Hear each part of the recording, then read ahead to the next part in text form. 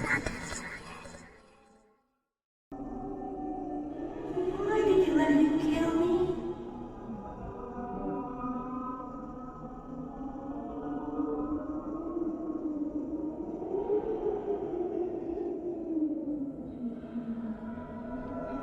It was the clown. Make the clown go away.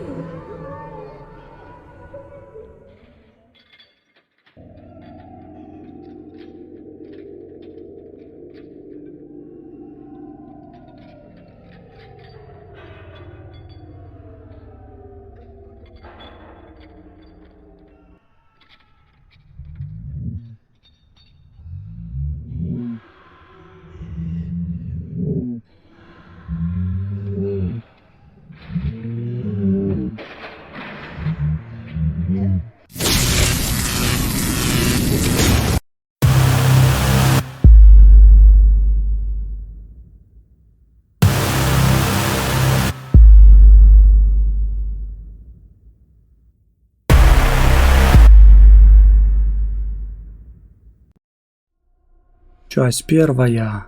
Лето 1989-го. Городок Дерри, штат Мэн, никогда не был тихим местом. Каждые 27 лет здесь случалось что-то страшное. Пожары, наводнения, убийства, исчезновения. Жители привыкли. Они не говорили об этом вслух, не писали в газетах, не расследовали. Они просто жили дальше, запирая двери на ночь и не отпуская детей далеко от дома. Летом 1989 года в Дерри пропали 7 детей. Полиция искала, но безрезультатно. Родители плакали, клеили объявления, молились. Но те, кто знал правду, молчали. Потому что правду нельзя было объяснить ни полиции, ни священнику, ни себе. Компания семиклассников, они называли себя «Клуб неудачников», столкнулись с этой правдой случайно. Джейкоб Тернер был новеньким в школе. Он приехал в Дерри из Бостона после того, как его мать умерла от рака. Отец работал на лесопилке и почти не бывал дома.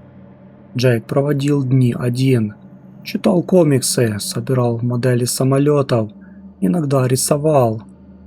Рисовал он странно. Не людей, не дома, а то, что видел во сне. А во сне ему снился колодец, старый, каменный, во дворе пустого дома на улице Вязов. Из колодца кто-то звал: «Иди сюда, Джейкоб! Я знаю, чего ты боишься!»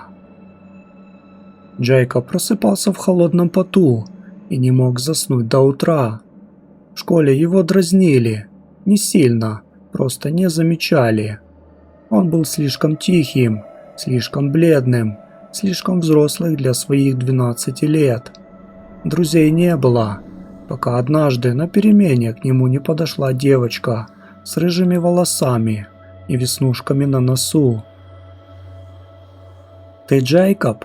– спросила она. «Да». «Меня зовут Белл. Белл Марш. Ты рисуешь?» «Иногда». «Нарисуй меня, только не такой, какая я есть, а такой, какой я хочу быть». «А какой ты хочешь быть?» «Свободной». Она села рядом и улыбнулась. Джейк впервые за долгое время почувствовал, что не один. Так началась дружба, которая спасла им жизни. В тот же день к ним подошли остальные. Бен Хэнском, толстый мальчик, которого травили за лишний вес и любовь к библиотеке.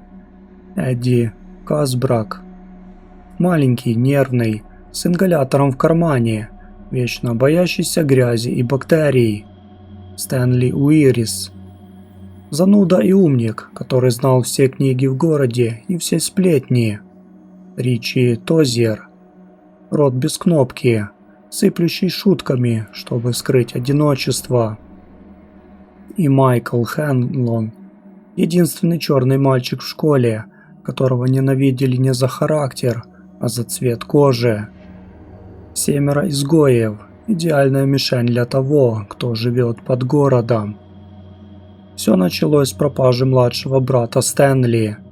6-летний Роберт Уиллис ушел в магазин за мороженым и не вернулся.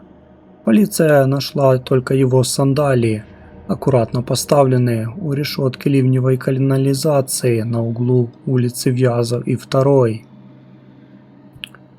«Он не мог туда залезть», — сказал Стэнли, когда они стояли у решетки. «Он боялся темноты». «Может, его кто-то заманил?» — предложил Ричи. «Кто?» Ричи промолчал, но в тот вечер, возвращаясь домой через парк, он увидел клоуна. Не в цирке, на детской площадке. Клоун стоял под фонарем, держал в руке воздушный шарик и улыбался. Улыбка была слишком широкой, зубы слишком острыми, а глаза желтыми, как у волка. «Эй!» — крикнул Ричи. «Парк закрыт, уходи!» Клоун не ушел. Он подошел ближе, беззвучно, будто плыл над землей. Шарик в его руке лопнул, и из него выпал зуб. Не молочный, не человеческий, огромный клык. «Хочешь, покажу фокус?» — спросил клоун. Голос был низким, с придыханием, как у старого паровоза. «Я заставлю тебя исчезнуть!» Ричи побежал, не оглядываясь, через парк, через улицу, через дворы. Дома он запер дверь, включил свет и не спал до утра. Никто ему не поверил, даже Джейк. «Тебе показалось», — сказал он на следующий день в библиотеке.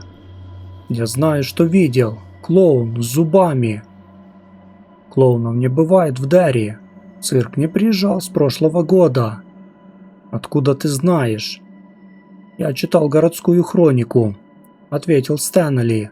«Последний цирк был в 1962-м. Тогда тоже пропадали дети». Все замолчали. Белл посмотрела в окно. На улице темнело. Фонари зажигались один за другим. Под фонарем напротив библиотеки стоял клоун. Тот самый, с шариком. Он махал им рукой. «Он здесь!» – прошептала Бэв. «Я никого не вижу», – сказал Бен. «Подойди к окну». Бен подошел. Клоун был там, улыбался. «Бежим!» – сказал Джейк.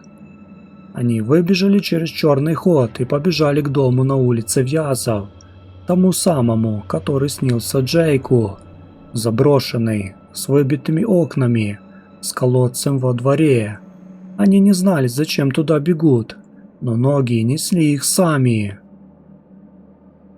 Внутри дома пахло сыростью и чем-то сладким, как старые духи.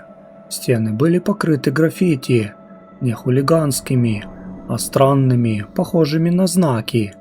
Имя, повторяющееся снова и снова. «Ит». «Что значит «Ит»?» – спросил Эдди, сжимая ингалятор. «Это его имя», – ответил голос из темноты. «Не клоуна, чей-то другой, детский. Мы зовем его Ит, потому что у него нет имени. Он то, что не должно существовать». Из-за лестницы вышел мальчик, лет 12, в грязной одежде, с синяком под глазом. Он был бледным, худым, почти прозрачным. «Ты кто?» – спросил Ричи. «Патрик, я здесь живу уже месяц. Твои родители умерли. Ит убил их. Сначала маму, потом папу. Теперь он охотится на меня, но я прячусь. Он не может войти в этот дом, потому что здесь когда-то жили дети. Он боится их воспоминаний». «Чего он боится?» «Смеха, дружбы, того, что вы не боитесь его». Патрик рассказал им все. Ит – это не клоун. Клоун просто маска, На самом деле Ид – нечто древнее, живущее под городом в системе тоннелей и канализации. Оно питается страхом. Чем сильнее страх, тем вкуснее жертва. Ид может принимать любой облик того, кого ты боишься больше всего. Клоун – просто самый универсальный вариант. Дети боятся клоунов. Все дети. «А чего боишься ты?» – спросила Бев. «Себя», – ответил Патрик. «Ид показал мне меня взрослого. Я стал таким же, как мой отец. Я бил свою семью. Я ненавидел себя. Я убил себя». «Ты мертв?» – прошептал Эдди. «Не знаю. Может, да, может, нет. Но я не выйду из этого дома. А вы выходите, и вы должны убить Ид». «Как?» «Перестать бояться. Это единственное оружие». Этой ночью они поклялись. 7 неудачников. 7 пальцев, разрезанных стеклом из разбитого окна. 7 рук, сжимающихся в кулак. Они найдут Ид в его логове и уничтожат. Никто не знал, что клятва будет длиться 27 лет. Часть 2. Лето 2016 года. Джейкоб Тернер не возвращался в Дерри с 1989 года. Он стал архитектором, жил в Чикаго, проектировал мосты, ездил на работу на метро, по выходным пил кофе в одиночестве. Он не женился, не заводил детей. Он боялся, что они увидят то же, что видел он. Звонок от Майкла Хенлона разбудил его в 3 часа ночи. «Джейк, это Майк. Как ты меня нашел?» «Ты не менял номер 27 лет. Я звонил каждый год. Ты не брал трубку. Потому что я хотел забыть.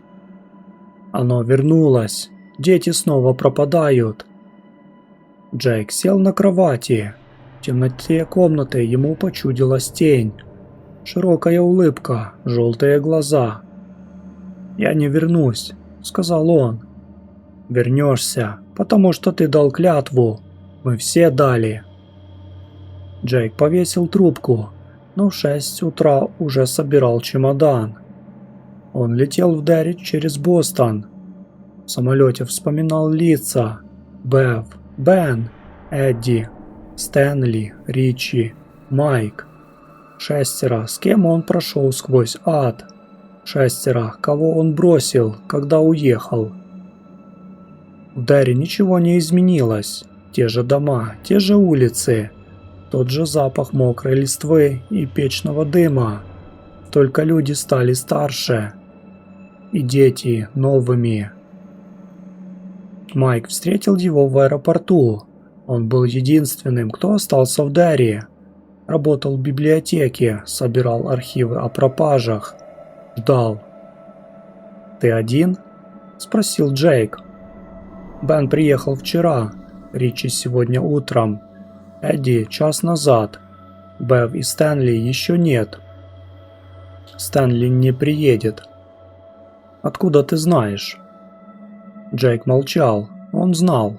Он чувствовал. В гостинице они собрались в номере Бена. Взрослые люди. Архитектор, писатель. Бен написал книги о путешествиях. Радиоведущий. Ричи вел утреннее шоу в Лос-Анджелесе. Менеджер по недвижимости. Эдди продавал квартиры и пил таблетки от тревоги. Бев не пришла. Она жила в Нью-Йорке, была замужем, растила дочь. Но вчера вечером ее муж позвонил Майку и сказал, она исчезла. Сказала, что ей нужно в Дерри, и уехала на машине. «Она едет», — сказал Бен. «Я знаю, Бев». «А Стэнли?» — спросил Ричи. «Где Стэнли?» «Он мертв», — сказал Джейк. «Я проверял 2 года назад. Повесился в ванной. Оставил записку. Ид вернется. Я не хочу этого видеть». В комнате повисла тишина. «Он испугался», — сказал Эдди. «Нет», — ответил Майк. «Он не испугался, он просто не хотел рисковать. Он был самым умным из нас». «И самым слабым», — добавил Ричи. «Слабость не в страхе, слабость в том, чтобы не бороться. А он боролся всю жизнь. С отцом, со школой, с собой. Он устал. Мы все устали». «Но мы здесь», — сказал Джейк, — «и мы должны закончить начатое». На следующий день они пошли в старый дом на улице Вязов. Он стоял в том же месте, только окна были забиты досками, а колодец завален камнями. Внутри пахло плесенью и смертью. На стенах те же граффити. Имя Ит. «Патрика нет», — сказал Майк. «Он ушел. Может, умер. Может, стал частью Ит». «Как это стал частью?» «Ит не убивает всех. Некоторых оно превращает в своих слуг. Они ходят среди людей, выглядят как обычные, но на самом деле глаза и уши чудовища. Например, наш старый школьный хулиган Генри Бауэрс. Он все еще живет в Дерри, и он все еще охотится на неудачников. Генри нашел их сам. Ночью, когда они собирались спускаться в канализацию, он вышел из темноты, седой, сутулый, с ножом в руке. Глаза его были желтыми, как у клоуна. «Привет», — сказал он голосом, который не принадлежал человеку. «Ит хочет видеть вас». «Уйди, Генри», — сказал Ричи, — «мы больше не дети». «А я больше не человек». Он бросился на них. Эдди успел выстрелить. У него было маленькое газовое оружие, которое он купил для самообороны. Струя ударила Генри в лицо. Тот закричал, упал, забился в конвульсиях. Из его глаз потекла не кровь, черная слизь. «Уходим», — сказал Джейк. Они спустились в канализацию. Туннели были старыми, узкими, с влажными стенами. Вода хлюпала под ногами. Где-то впереди горел свет, не фонарей, а с фосфоресцирующих грибов. И пахло попкорном, тем самым, который продают в цирке. «Он близко», – прошептал Майк. Они вошли в большой зал. Сводчатый потолок, колонны, старые кирпичи. В центре зала стоял колодец, тот самый, из дома на улице Вязов, только в 10 раз больше. Из колодца шел свет и голос. «Вы вернулись! Я знал! Вы всегда возвращаетесь!» Из темноты вышел клоун, но не тот из парка, другой, старше, страшнее, с гримом, который трескался на лице, обнажая черную кожу, зубы иглы, глаза желтые, с вертикальными зрачками. «Роберт», — сказал он, глядя на Эдди, — «ты стал похож на свою мать, такая же истеричка». «Меня зовут Эдди. Мне все равно». Он щелкнул пальцами, из стен высыпали пауки, огромные, мохнатые и быстрые. Эдди закричал, он боялся пауков. Ричи встал перед ним, заслонил с собой. «Не смей, тварь!» «А, Ричи! Великий комик, расскажи шутку!» «Какая разница, ты все равно не засмеешься, у тебя нет чувства юмора». «У меня есть чувство боли». Клоун вытянул руку, она удлинилась, схватила Ричи за горло и приподняла над землей. «Положи его», — сказал Джейк. «Положи, или я убью его». «Ты не убьешь, ты хочешь, чтобы мы боялись. Если ты его убьешь, мы испугаемся, но мы уже не боимся». Он был прав. Джейк не боялся, Бен не боялся, Эдди, дрожащий от ужаса, все равно стоял на месте. Майк держал серебряную монету, талисман, который когда-то дал ему отец. А Бев не было. Клоун отпустил Ричи на пол. «Где рыжая?» – спросил он, оглядываясь. «Я здесь». Она вышла из тени. Бев Марш, 40-летняя женщина с рыжими волосами, в джинсах и кожаной куртке. В руке старый отцовский револьвер. Рядом с ней маленькая девочка лет 9, с такими же волосами, как у матери. «Это моя дочь», — сказала Бев. «Она видит тебя, Ит. Она знает, кто ты». «Она знает, что я ее страх». «Нет, она знает, что ты ничто. Ты не бог, не дьявол, не монстр. Ты просто паразит, а паразитов можно убить». Девочка подошла к колодцу, заглянула внутрь. Внизу пульсировал свет. Огромное, сплетенное из огней существо.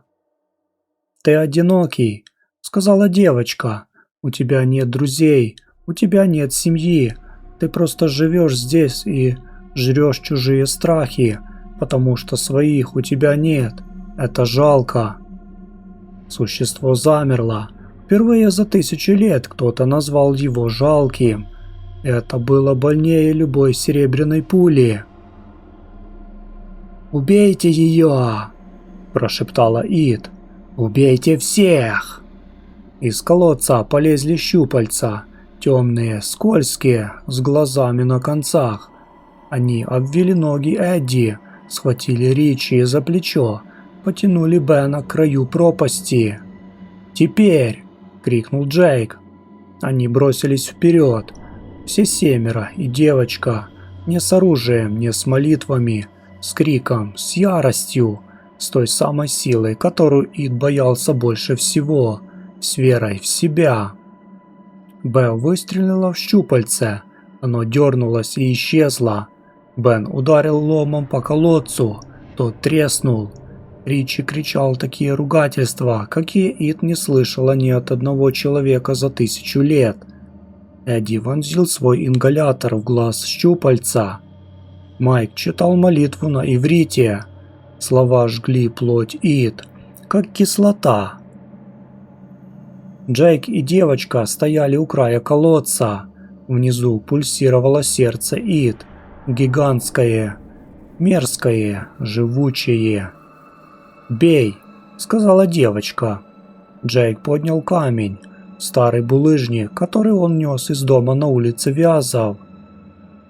Он швырнул его вниз. Камень попал в сердце. Ид закричала. Впервые за всю историю закричала от боли.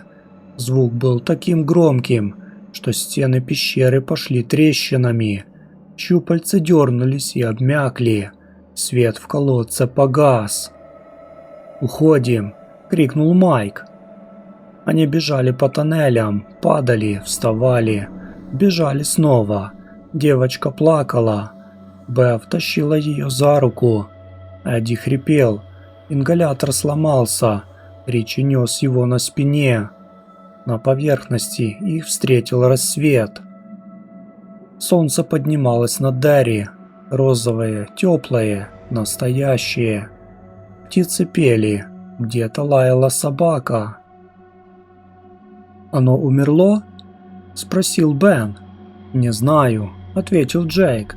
«Но я думаю, да». «Почему?» «Потому что мы перестали бояться, и без страха оно не может жить». Они стояли на улице Вязов, держались за руки и молчали. 7 неудачников и 1 девочка, которая спасла их всех. «Что теперь?» – спросил Ричи. «Теперь жить», – сказала Бев, – «по-настоящему». Она посмотрела на Бена, он посмотрел на нее. «Я вернусь в Нью-Йорк», – сказала она, – «разведусь, начну новую жизнь». «Я поеду с тобой», – сказал Бен. «Ты уверен?» «Я ждал этого 27 лет». Джейк обнял их, потом Ричи, потом Эдди, потом Майка. Девочка стояла в стороне, смотрела на солнце и улыбалась. «Как тебя зовут?» – спросил Джейк. «Одра», – ответила она. «Одра Марш». «Ты смелая, Одра». «Я знаю, как и вы». Они разъехались через день. Джейк вернулся в Чикаго. Бен улетел с Бев и Одрой. Ричи повез Эдди в больницу. Тот сломал 3 ребра и потерял ингалятор. Майк остался в Дерри.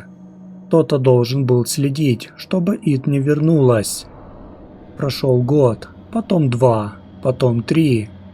Они почти забыли. Не совсем почти.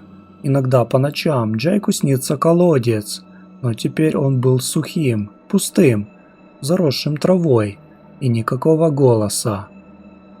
Он думал, что все окончено. Но в Дерри, глубоко под землей, в самом сердце старой канализации, пульсировал маленький сгусток тьмы. Не живой, не мертвый, ждущий.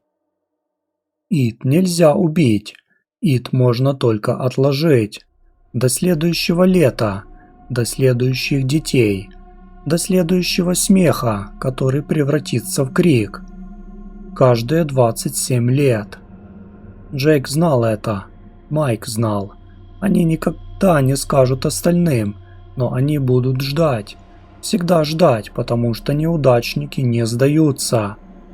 Даже когда мир считает их сумасшедшими, даже когда они сами в это не верят.